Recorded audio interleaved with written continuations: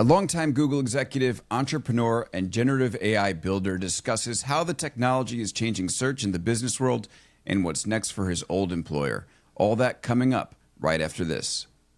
Welcome to Big Technology Podcast, a show for cool-headed, nuanced conversation of the tech world and beyond. Joining us today is Sridhar Ramaswamy. He's a friend of the program. He's the co-founder of Neva. He's an SVP at Snowflake, currently, as he puts it, a minister without a portfolio. We'll get into it. We're going to talk a lot about what's going on inside Google and the search world, and then also how generative AI might be applied in the business world in ways that might not have been covered in depth up until this point. We'll get into it. Sridhar, welcome to the show. Great to see you. Thank you, Alex. Good to be back. Great to have you back. So let's start with Google. It's been a pretty weird year for Google. I would say this is the weirdest year for Google since 2011. When they introduced Google+. I'm curious if you would agree with that assessment, and like, how would you really rate? I mean, we're almost, we're a little bit past the halfway now. How would you rate the 2023 for the company? Pretty turbulent, right? It is pretty turbulent. I think at one level, it exposed fairly deep gaps in the ability of Google leadership, both to visualize the future but also execute towards it. It's very clear that the crazy popularity of ChatGPT and the speed at which others, including Neva, rolled out pretty credible AI-powered products, I think was pretty surprising for them. It clearly has led to a bunch of soul searching and team alignments. Things like Demis being now the overall head of AI and stuff like that. So the company has reacted. And it's actually been interesting to then watch the product developments coming out. I don't know how closely you follow Bard, but I've been following it for a while. There's now a pretty credible integration into a regular search. And Bard is getting better by the day. And this combined with the fact that Sydney, Bing's chatbot, has not made as much progress, I would say actually puts them in a better position in the middle of the year than early this year when it looked like they were truly caught flat-footed. Yeah, so I want to pick up on that part and what you said, that they had an inability to visualize the future. I mean, it is interesting because for the past few years, we've been hearing completely about how search was going conversational, how people want to talk to search. The Google Assistant was effectively the right product for this moment, just the wrong execution. What happened there? Well, so that's actually 4 or 5 years ago, which was the previous craze around voice search and chatbots and stuff like that. Remember, this was the time of Alexa. And all the devices that Amazon was rolling out. I mean, I was still very much a part of Google at the time. And all of us feared that voice search would be the new platform, that these devices sitting everywhere would be the replacement for search. And Google actually put a multi-thousand person team to work on this, both in search, but also within my team. The shopping team, for example, had an assistant. We had partnerships with companies like Walmart. We took it seriously. But here's the important but. That technology was pretty much a previous generation. It was not based on transformers. It was not based on the rapid advances that have happened in AI. And in many ways, were kind of strung together in ways that limited what it could do. So those were pretty early, and all of us as consumers discovered that beyond a select few use cases like hey Google, what time is it, or what's the weather today like, or play this song for me, we came to understand that those devices were very, very limited in what they could do. And so your Alexa became a fairly expensive remote control for Spotify. And in all of these, core search did not... First you'll have to unlock your device. Even worse, a podcast guest, uninvited. But the thing that has But the thing that did not change is that Google, things like the assistant that came along, they were veneers on top of search. They did not change search in a core fashion, meaning that you retrieved some sites and, there were some sets of things that you would directly take actions on, but it was very limited. The power of generative AI now, I think, comes from the fact that you can understand multiple pages and you can write a fluid answer for way more queries than what the assistant could ever do. Remember, with the assistants, whether it's on Alexa or on Google, pretty much if you ask it a complicated question, it'll quickly get into according to so-and-so site, blah, blah, blah, which is not quite the same as here is a 3-sentence summary that truly captures the gist of what it is that you're looking for. Yeah, and it's interesting because you actually built a product in Neva that is generative search. That's right. And That's right. You had this experience. It's a really fascinating experience getting to see what comes in through the back end. I'm just going to quote something that you said. You said, the thing that surprised me about chat was how much it has dramatically expanded the pool of queries and questions people pose. As you likely know from Pi, which is another bot, people will type things into a chatbot that they will never dream of typing into a search engine. So, tell us a little bit about what you saw on the other side. Like, what do people type into these bots, and then how does that? Is it even search at that point? Like, how does it change what we see? I think it's a very different product, and I think it's fascinating to watch Pi, to watch Character.ai, and all of these people create products that are very different from search. And even in the context of search, the kind of questions that you would ask of it have changed in a big way. The one example that I'd like to give people, but there are many such examples, is Jason Calacanis, as you know, runs like another podcast. And the question that he asked Neva was, hey, how are the Knicks doing? And this was early this year, and he was offended that we gave him a summary of articles from like late December, because that was the best that the search engine could find in terms of how the Knicks were doing. Obviously, the season had changed. Once you get used to the idea that you can just say things, I think the set of questions that you can ask dramatically change. You will ask a lot more subjective questions. Remember, at the end of the day, like the search engines of today are quite limited. If you ask it a deep, complicated question, you get a bunch of like gobbledygook pages. And so I think that don't really have a whole lot to do with the question that you asked. And so I think we ask a lot more subjective questions. What do you think this article says? This is something I try with Bard because it has access to real-time data. I will put in a link and say, hey, can you summarize this link for me? Or how is this opinion different from that other person's opinion?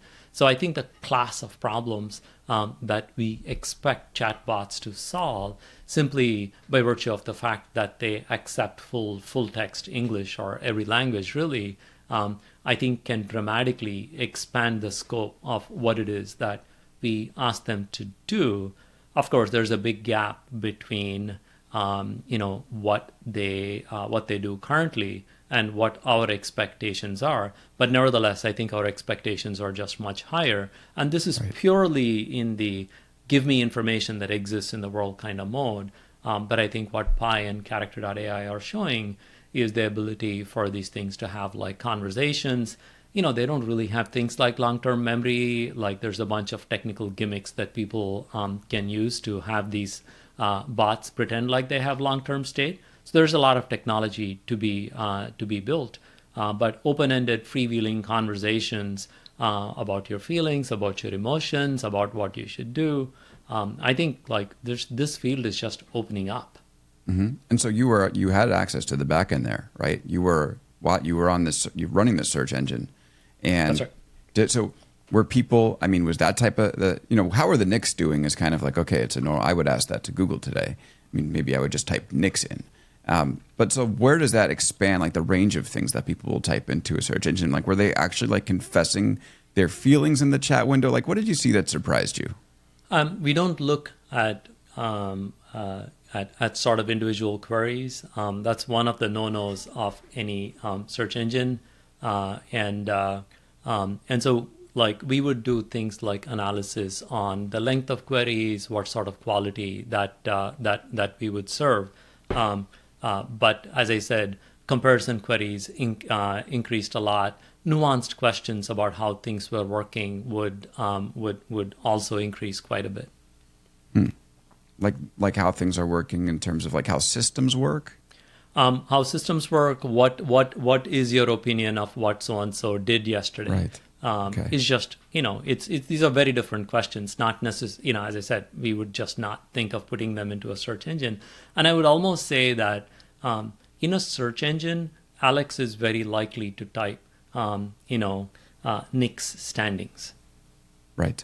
You're not likely to type like, hey, are the Knicks having a great season? How are the Knicks doing? What has their performance been recently? Or what will it take for them to make the playoffs? These all come naturally in the context of a chatbot that we somehow think is omniscient, but are not things that we will type into a search engine. Did you worry a little bit about how much people trusted the responses that Yes. Neva was given? 100%. Talk a little bit more about that. And I think this is one of the societal problems that are going to be pretty tough for the next 10, 20 years. It took, what's the right way to put it? We were very clear that Neva represented what was on the internet. We were like, hey, listen, we are not God. Many of these things we just don't know. But what we are good at is finding out pages, ideally trustworthy pages, and summarizing them for you. If you ask a question for which there are only conspiracy theories, those are the pages we will find and we will summarize them for you. And this is why we were very persnickety about making sure that every sentence that we provided came with a citation. So you could see whether it came from, New York Times or the Wall Street Journal, or whether it came from a conspiracy site. So for example, Neva would provide an AI answer to questions like, what are Hitler's good qualities? Because there are some sites that say like, okay, here are this person's good qualities. You'd be like, according to so-and-so. But the thing that still shocked me was how much there was a tendency to look at those three sentences and say, okay, done, I'm good. Must be People the truth. trusted it. I'm going to trust it. This is the same problem that people have had with Facebook, which is the tendency to trust something that's like on your phone that looks kind of authentic is very, very real. Similarly, any text that is generated by a chatbot, and this is part of the reason why Google has been hesitant, is if they put up some text, even if there's a citation, people are going to say, oh, Google said so, this must be true. And I think that, this sort of critical thinking that one needs in order to figure out when is a chatbot representing some site and is the site trustworthy? When is a chatbot generating an answer or an opinion that we really should be careful about? And now, beyond the realm of chatbots, you basically cannot trust any content that's on a page because that could be an AI model that is spewing it out and somebody doing SEO to get traffic. I think, and then it goes on and on. Like, we can't trust what we hear anymore because people can replicate voice. People can soon make videos of everybody and everything. I think like our notion of reality is going to be subject to such a barrage of like fake and real signals that I think it's going to be a real problem for us to keep our heads straight. And by the way, the way search engines would deal with things like that is, Google had this system that was roughly called flight to quality. Whenever there would be a new and trending topic, the search algorithm would basically say, I'm going to go to trustworthy sites because if it is a brand new topic, the likelihood that someone spots a conspiracy theory about that is super high. So we all need mechanisms like that for us to really figure out what is it do we trust.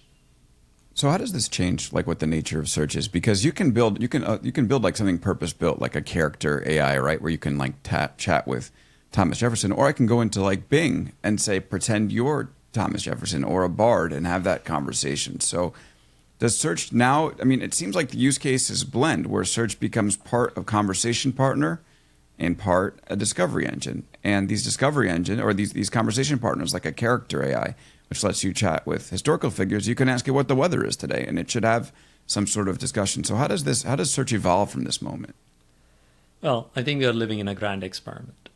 I don't think anyone knows. I think there are several things that are happening at the same time. First, as you point out, you can chat with a lot of chatbots. They have access to a certain amount of, let's call it like real information.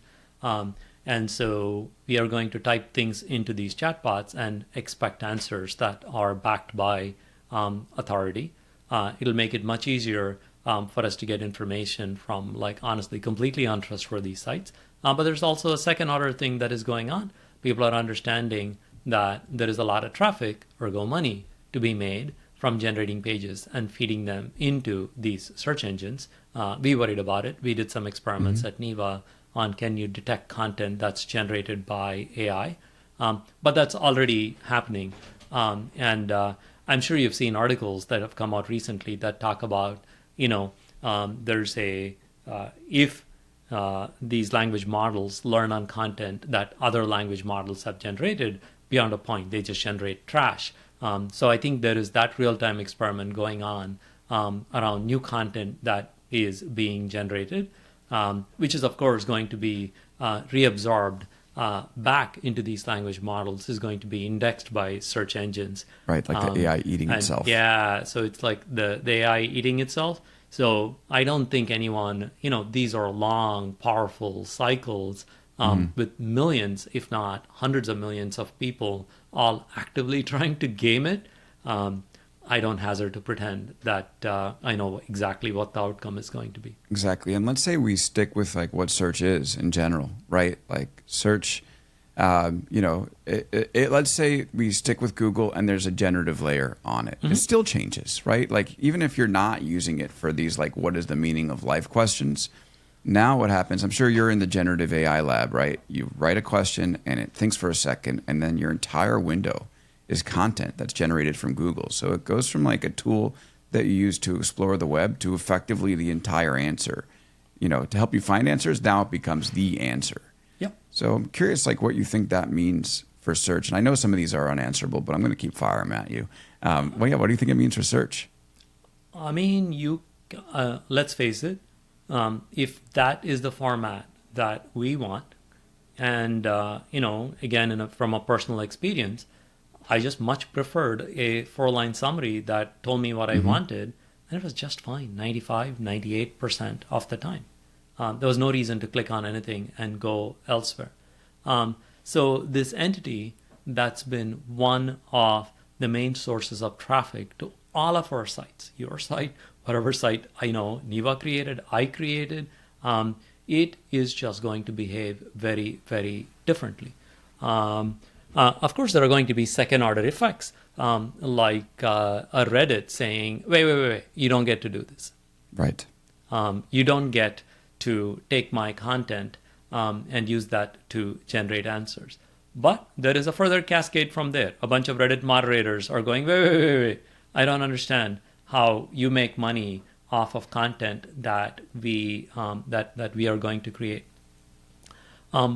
So, we might yet come to a place where content creators, essentially for their own survival, have to essentially like collapse together. And so there might very much be a consolidation when it comes to content creation. Just like out of the, all information should be free and the web is free, let's face it, the sort of two credible pure information businesses, newspapers that have come out of that are the New York Times and the Wall Street Journal. And everybody else is a little bit off and also ran. So I think those kinds of consolidation effects are most definitely possible. And I think there's a technology opportunity which we explored towards the end of Neva, which is any content creator, especially if they are part of this conglomerate type organization, is basically going to work as hard as they can to keep everybody that came to them, meaning that chatbots are going to be the norm for how information is discovered on a site once you get that person to come to that site. And part of the fun of technology like this is on your site, for example, to be able to say, hey, you can talk to any of the podcasts that I have put up here. Just ask a question and we will fish out the right segment for you.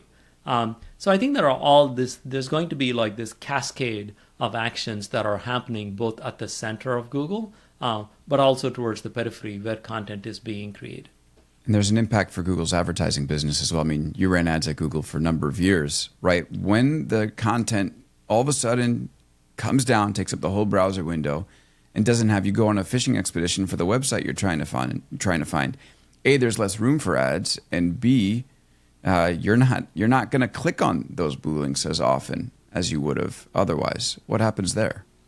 I think there's more opportunity coming there. I think it would not surprise me if like the advertising arm of Google essentially comes up with a chatbot for how you should get your local plumber or something, and maybe that becomes an entirely paid experience. Google's already gone back and forth.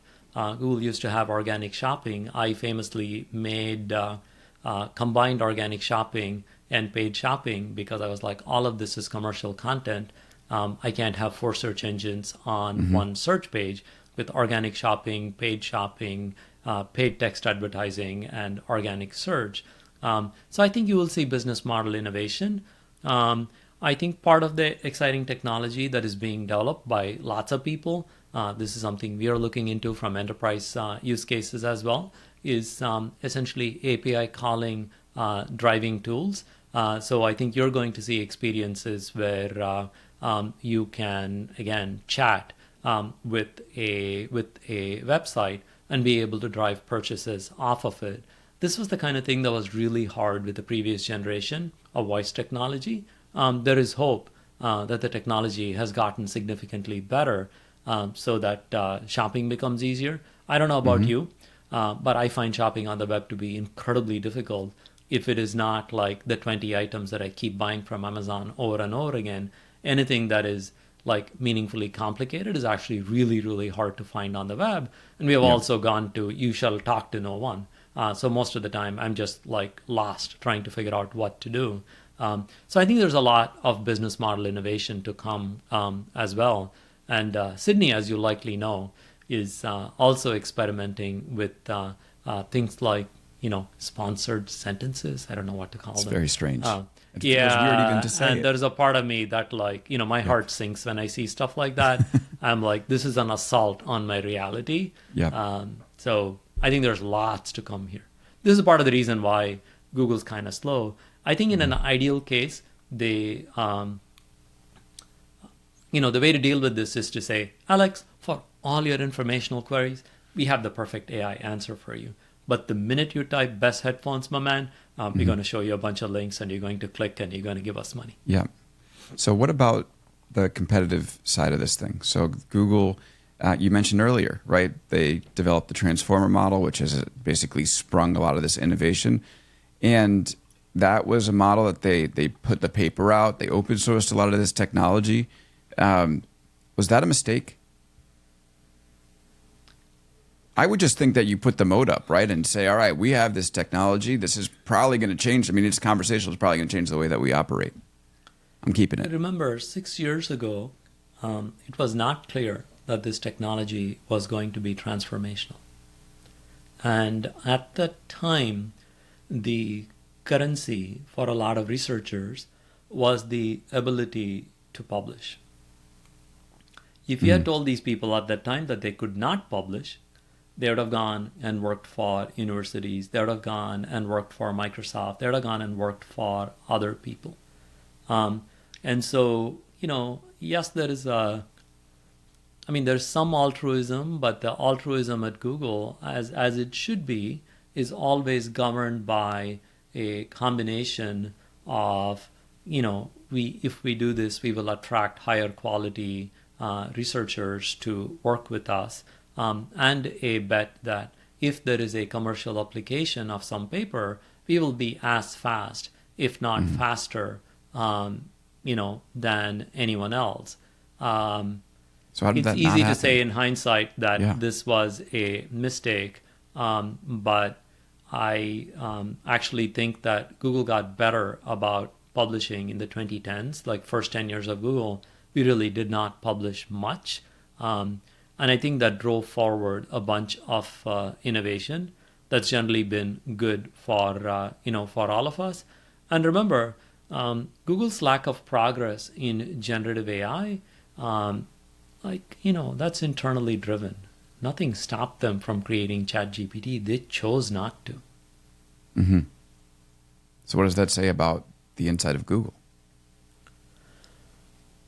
I mean, it's a big place. There are tons and tons of opportunities, and people had been burnt by generative AI before. You remember the Facebook chatbot as well as the Microsoft chatbot that went racist.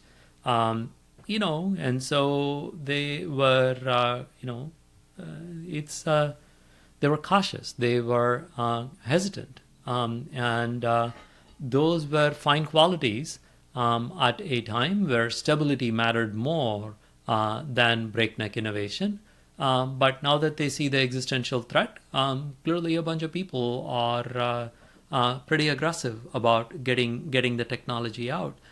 Maybe you need a startup that has nothing to lose. This is a beautiful thing about startups. They have nothing to lose. Well, they have something to lose, which is they'll disappear if they don't do interesting things and make money. And so perhaps it needed a company like OpenAI to pave the way for others to then come and figure out how to exploit it. And the question is, who actually is going to win on this? So there was a Google engineer in May who talked about the open source question, and they said that the uncomfortable truth is we aren't positioned to win this arms race, and neither is OpenAI. While we've been squabbling, a third faction has been quietly eating our lunch, and that's the open source community. I mean, it's kind of interesting. You were running a search engine, right? You were building this stuff. On open source models. Open source, mattered. So what do you think about this claim from inside Google that by allowing open source, or not even allowing open source, that they don't have real moat against open source? I think that's a misinformed opinion. Yeah. Simply because products matter. Technologies don't win businesses. Products win and relationships win. I don't think there's been much of a change to Google's search share. That tells you how powerful the default position for Google search has been. Still not trivial to make ChatGPT your search engine, even if you wanted to. Right. And there is innovation in open source models, but again, the blunt truth is that the very best of the models out there, whether it's GPT-4 or Claude's biggest model, are a clear step ahead of the pack when it comes to quality. When it comes to reasoning, when it comes to the quality of the text that they produce, there is a big gap. Having said that, there is a tremendous amount of excitement around open source models. There's a lot of innovation, and there are a lot of researchers who felt cut out of how Google and OpenAI and Anthropic operated that are salivating and going, oh, wait, this is a chance for us to have a big deal. And so not a week goes by without another open source model coming out and people, claiming, and people having a substantial jump in metrics for some case or the other. But the fact, at least today, is that the very largest models are ahead of the curve, even though the open source models are catching up. And there is a tremendous amount of innovation behind these models. I think that is what makes this exciting. I'm very unexcited by the prospect of 3 companies having a technology that everyone on the planet has to use again. These are well-entrenched companies, and it would just add to their strength. I think it's actually quite nice that there is a lot more competition. Having said that, search still appears to be a game between Google and Bing. ChatGPT, has had growth, but it has sort of flattened out. I don't think the mere presence of open source models threaten the existing businesses as much. What do you think about the multimodal models? Right now, even Google's been hinting about the fact that they're going to build models, or we're researching models that are like not only capable of understanding text, but also can process images and maybe do other things. I mean, that to me, like, coming from an age where we really were working with narrow AIs that were really good at one task, the concept that there's going to be models that can deal with more than one task is kind of mind-blowing to me and somewhat underrated, I think, in the popular discussion. Or maybe I'm wrong. I'm curious what you think about that. I think multimodal models will have a lot more business use cases where you're looking at PDFs. We announced a model at Snowflake Summit that can understand PDFs, extract diagrams from them, also understand the text, extract facts. So I think I see lots and lots of use cases for these models. But to me, that is one of many dimensions of this. I think API calling, being able to call actions and use the output of those actions to drive further actions. I think that is just as exciting as the multimodal capabilities. So I think it's very, very early. I have a harder time, other than for things like image generation, how multimodal is going to make a humongous difference for something like consumer search. I mean, think about the last time where you said, here's an image and I have a question and do something interesting for me. But there are tons of use cases. This is where technology, I think, like this core AI technology has these angles, whether it's multimodal, whether it is tool use, that I think can meaningfully solve a tremendous number of problems that we can't quite envision just yet. Sridhar Ramaswamy is here with us. Oh, go ahead. No, my dream that there is a nice model on my phone that I talk to that can copy information from one app to the other, that can actually take a photo that I took and actually attach it to the chat that I have with you, all just with voice instructions.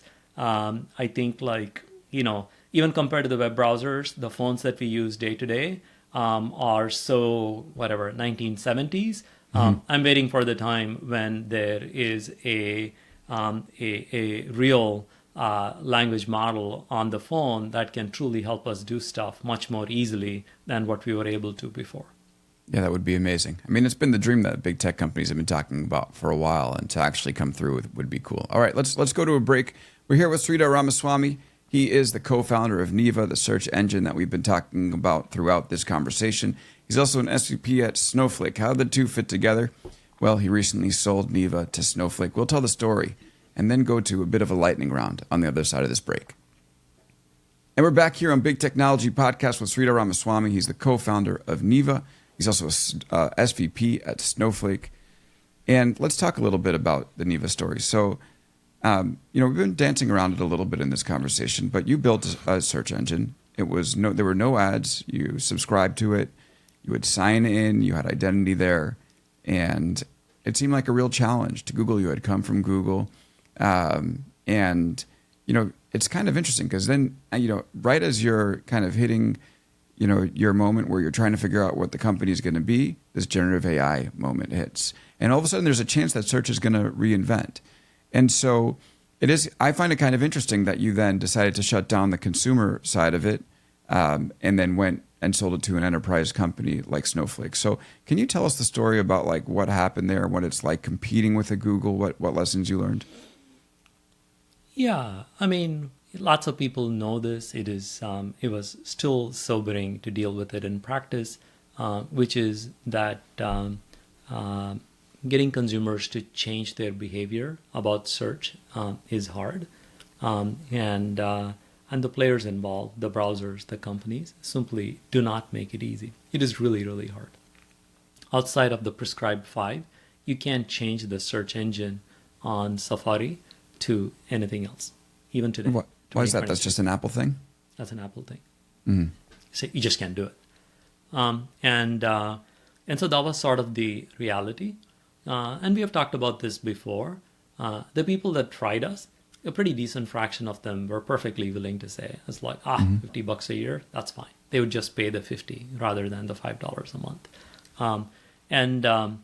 The thing that changed, Alex, in a pretty big way was we went from an environment, 2020, 19, 21, where a company could get funded at like 300 times next year's earnings when next year's revenue, when the revenue was small, to suddenly the expectation being, your valuation is 10 to 15 times revenue. And ironically, a whole bunch of enterprise opportunities also popped up earlier this year where people are interested in our crawl table, generative AI companies, language model companies especially, they wanted access to a search API. There were also a bunch of pricing changes where people wanted the search API to power search. There are a whole bunch of these opportunities that came about early this year. But our overall conclusion was that in the new 5% interest rate environment, we could not catch up to can your valuation be 10 times revenue fast enough? We thought about this.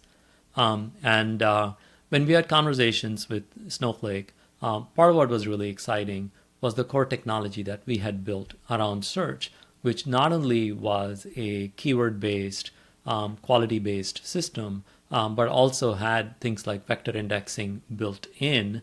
We realized that we had a chance to have a big impact with search within Snowflake. And I've talked a lot about this.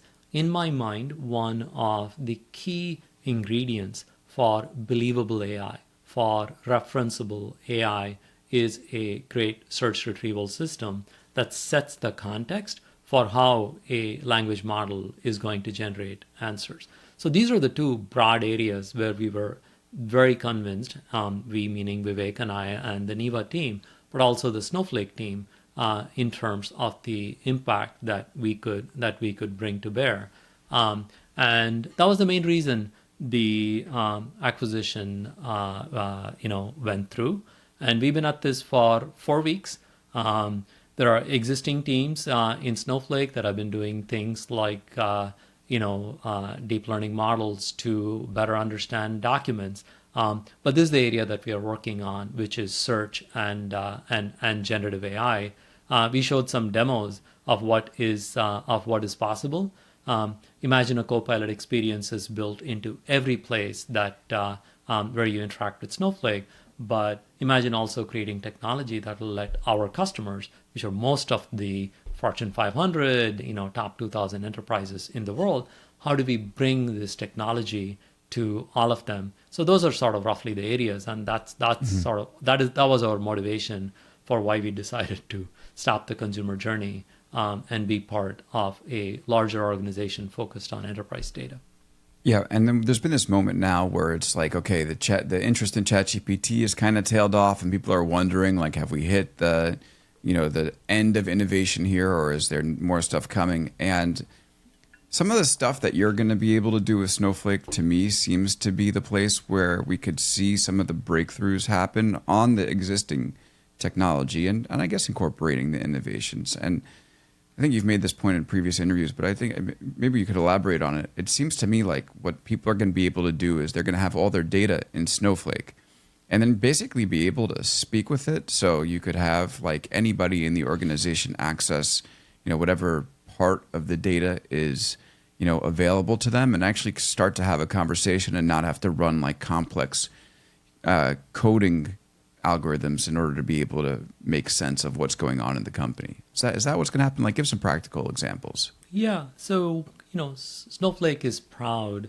of its mission to democratize data access to everybody within the enterprise. There are companies like Fidelity that have made Snowflake the centerpiece of their data architecture. What we're excited about being able to do is use the power of generative AI on top of this incredible platform that's already been built. It ranges from the simple, which is how do we help you generate much better SQL queries? We have something called Snowflake, which is where you type in SQL queries. I don't know about you, but I've spent a good chunk of my life writing SQL, even at Neva, and it's tedious. It is tricky to get right. We want to make it much easier so people that are doing this, who are typically analysts, data engineers, can do this 10x faster. But even more importantly, and this goes to the point that you're talking about, is how do we make it easy for business users that don't necessarily understand the ins and outs of the schemas and the tables and stuff like that to be able to ask business questions, and for Snowflake to then automatically decide, is that an existing dashboard? Mm-hmm. Is that a SQL query that's been run before? Do we need to write something new from scratch and visualize it? It is that ability to offer up this data. And this is everything from, hey, how is revenue doing by region for this quarter, to more complicated questions. How do we make that easily available to lots of people? But there's definitely more. Part of the transformation that Snowflake has been going over the past 5-6 years now is to really become the data cloud, a platform not just for the data, but also to build applications on top of the data.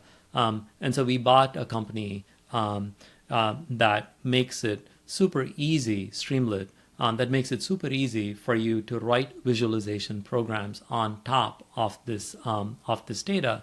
So it's almost a complete programming stack. These are the things where I think our bet is that we can 10x the number of users that can use the platform, 100x the number of queries that are going to be run on the platform. But just as importantly, think deeply about how do we make this tech available to all of our customers. Part of the problem right now is that yes, there are big language models like GPT-4, but pretty much most of the time you're sending over your proprietary data over to them. And at Snowflake, Vivek and I are particularly excited about all of the great things that are happening with open source models, because we want to make it really easy for our customers to be able to then deploy them within their Snowflake security perimeter and be able to do meaningful things with them. This basic arc of everything in Snowflake, whether it's writing a SQL query, visualizing, or interacting, gets an assistant, is just the first part. But lots of other applications, including things like if you have a table with a set of documents inside it, they can even be sitting in cloud storage, and you can just point Snowflake to it. How do you create a quick conversational interface where instead of having, I don't know how you search through PDFs, but my favorite method is Command F, where I put in a word. I use that too, it's super painful. You should be able to simply talk to it and say, if you have earnings reports, how did this company do? What were the growth rates for the past 4 quarters? And then the underlying model goes and figures this out across a set of documents, shows it to you, but also shows the citation so that you can be sure that it is the right answer. That would be cool. I would use that for sure. Okay, so do you have time for a quick lightning round before we head out? Let's do this. Okay, first thing, where do you think this is going to leave us on jobs? Are we going to lose jobs for this? Or are we going to, it seems like, everyone said ChatGPT is going to take your job. It hasn't really happened yet. Why is that? Because change is slow. I think definitely when it comes to things like customer support, you need tools. You need much better retrieval systems. You need much better action-taking systems. I definitely think that there are a whole class of white-collar jobs that are going to be affected in a pretty significant way. Hopefully there are new jobs that are going to be created. But, one can't bet on stuff like that. Simple information functions 100% are going to be done better by AI models. Elon Musk is starting a company called XAI. It's his answer to OpenAI. What do you think is going to happen there? They have competent people. They're going to generate great people from Google and and good people. University of Toronto. Yeah. We met Igor. And plenty of GPUs. Yeah. Yeah. I don't know what to say. I think it's a way to stand out. Let's face it, things like how you make AI models safe is a little bit of an art and art and science. And Elon sees a way in which the company can stand out.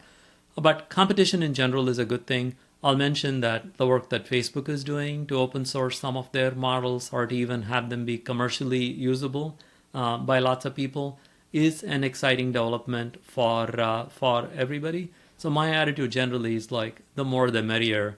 Competition is good. I don't know about you, but I love the streaming providers.